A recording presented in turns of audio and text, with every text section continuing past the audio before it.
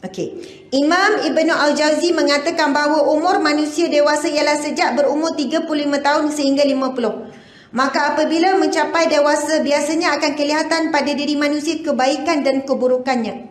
Ada yang mengatakan bahawa apabila seseorang itu telah mencapai usia 40, sedang kebaikannya tidak melebihi kejahatan, maka syaitan akan menyapu mukanya seraya berkata, "Demi ayahku, wajah ini tidak akan terlepas daripadaku."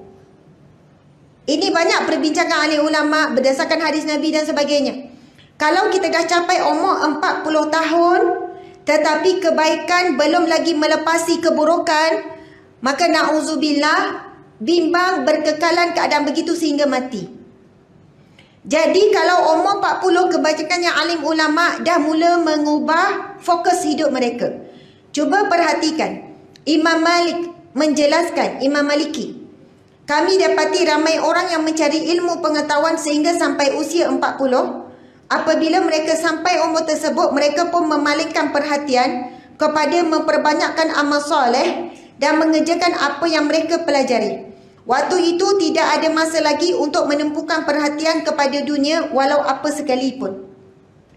Imam Malik sebut antara tanda-tanda ataupun ciri-ciri orang yang matinya husnul khatimah start daripada umur 40 tahun. Ini kalau kita dah boleh capai, tapi ada orang meninggal sebelum. Bila masuk umur 40 tahun, ibu-ibu dah masuk belum 40 tahun? Dah lama dah kan lepas. Jadi, sepatutnya umat Islam umur 40 tahun kena sedar masa tu tumpuan lebih kepada amal soleh. Bukan kata tak payah belajar. Maksudnya untuk menumpu belajar sungguh-sungguh sebelum umur 40. Setelah umur 40, waktunya untuk beramal dengan ilmu. Masya Allah.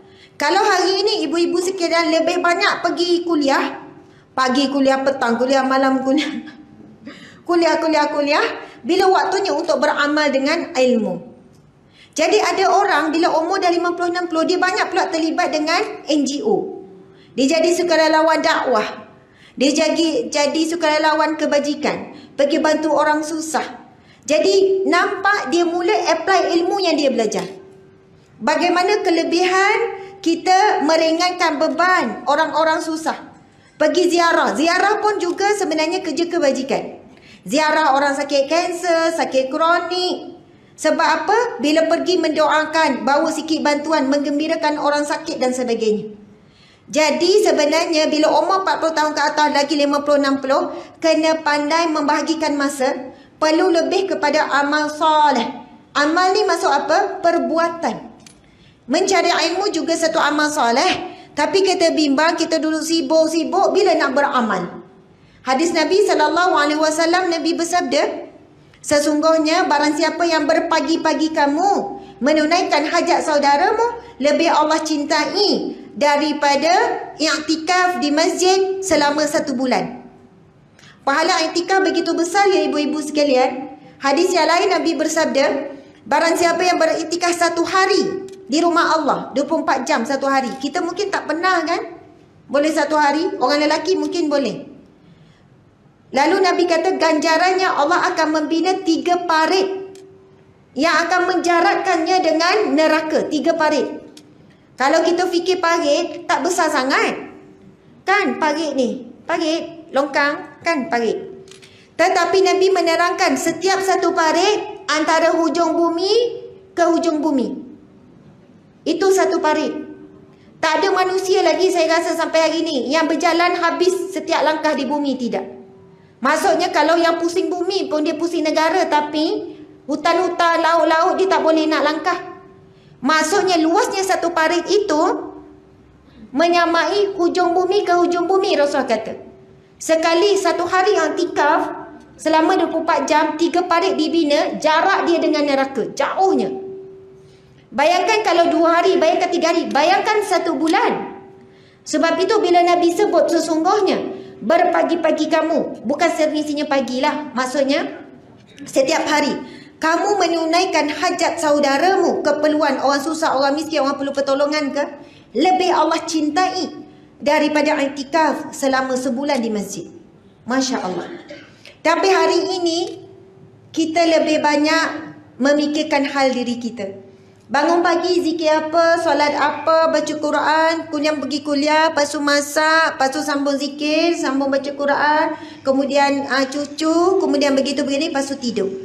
Masya Allah, Allahu Akbar. Saya pernah dengar ceramah Ustaz Abdul Somad. Dia kata kalau macam itulah hidup kamu, tak ubah macam kucing. Sebab apa? Masa tu kan saya pergi ceramah dekat Tampin. Dia kata sebut kucing lembut sikit. Kalau boleh saya nak sebut kambing. Kan kambing tu kan macam tak comel kan, macam busuk. Kucing ni comel. Dia kata sebenarnya saya mau cakap seperti binatang. Binatang pun sama. Makan, minum, berkasih sayang, fikirkan hidup dia. Apa beza kita dengan binatang? Kita ada tanggungjawab lain. Hubungan dengan Allah dan hubungan dengan manusia. Dan kita banyak memikirkan tentang diri kita dan hubungan kita dengan ahli keluarga je, dengan anak cucu saja. Sebab itu ada orang bila umur sekian-sekian dia fikir apa yang dia boleh buat manfaat untuk jiran dia. Mungkin dia pergi jumpa NGO tu, NGO ni. Makcik ada kemampuan dari sudut fizikal, sihat lagi, takut nyusahkan NGO pula tahu kita tak sihat kan.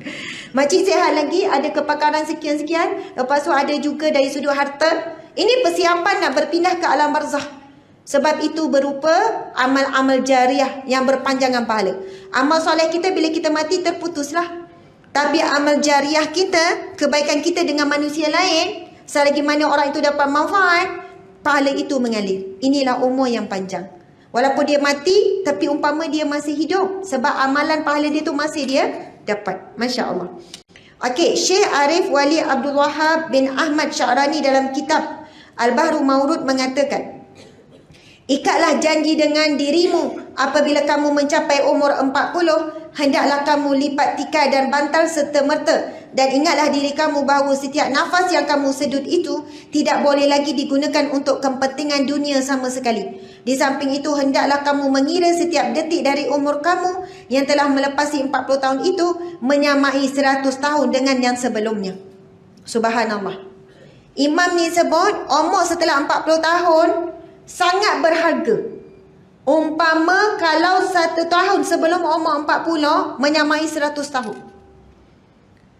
Umur 40 kalau dah masuk ke atas, ini umur yang sangat berharga, yang akan menentukan kehidupan kita di alam sana.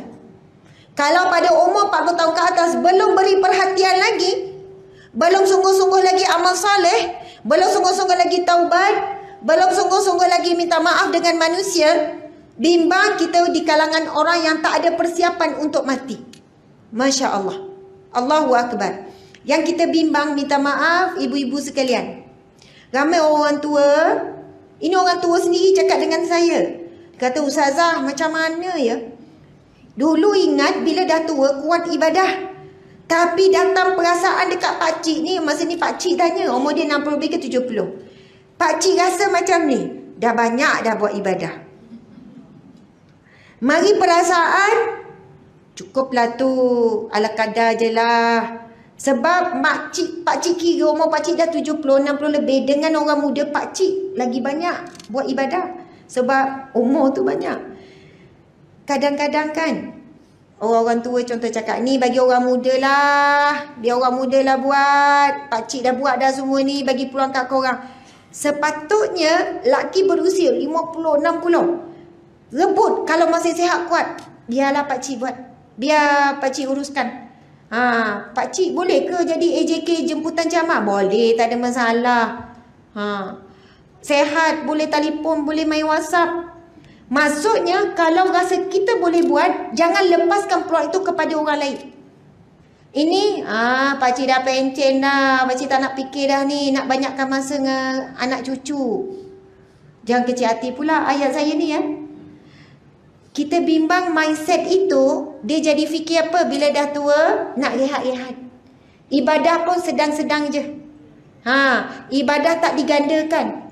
Lagi kurang daripada sebelum umur 40. Tapi alim ulama orang soleh terdahulu, bila umur 40 ke atas, masa ni digandakan semua. Amal soleh, kebaikan. Lagi Allah bagi kudrat. Tak sihat tu cerita lain. Kalau sihat, Masya Allah. Tapi perlu bersedia untuk melakukan perubahan. Maksudnya, mungkinlah dunia hari ni dah berubah. Cara promosi dah lain. Cara kerja dah lain, kena bersedia untuk berubah. Subhanallah. Tadi kan saya tengok masa ambil gambar AJK semua orang muda-muda. Umur 50, 60 lebih semua. Saya kata, makcik, ni semua muda-muda kat belakang. Subhanallah, sangat bagus. Yelah, satu lagi kita dah pencen masa tu ada. Kau nak bagi orang muda bekerja kan? Lepas tu ada anak kecil. Jadi jangan sekali-kali pernah sebut pada lidah kita, subhanallah, masa tersebut, mungkin kadang-kadang tersebut, mana orang muda tak ada nak buat kerja ni, orang tua ni jugalah yang diharapnya. Kalau kita tak buat kerja, ni bukan saya beli siapa ya. Minta maaf lah kalau terasa. Tapi sebenarnya syukur Allah pilih kita jadi AJK. Syukur Allah pilih kita untuk diberi tanggungjawab. Sebab itu antara tanda-tanda yang disebut oleh Nabi, Allah memberikan antara tanda-tanda orang husnul khatimah, Allah berikan pada hujung usianya dan dia mati dalam keadaan beramal soleh. Jadi kadang-kadang sebab ada jawatan, kita terpaksa untuk buat. Kita memaksa. Walaupun masa suntuk, walaupun penat, tapi memaksa. Yang sedang memaksa kita adalah Allah yang qahar, Allah yang maha memaksa. Subhanallah, alhamdulillah.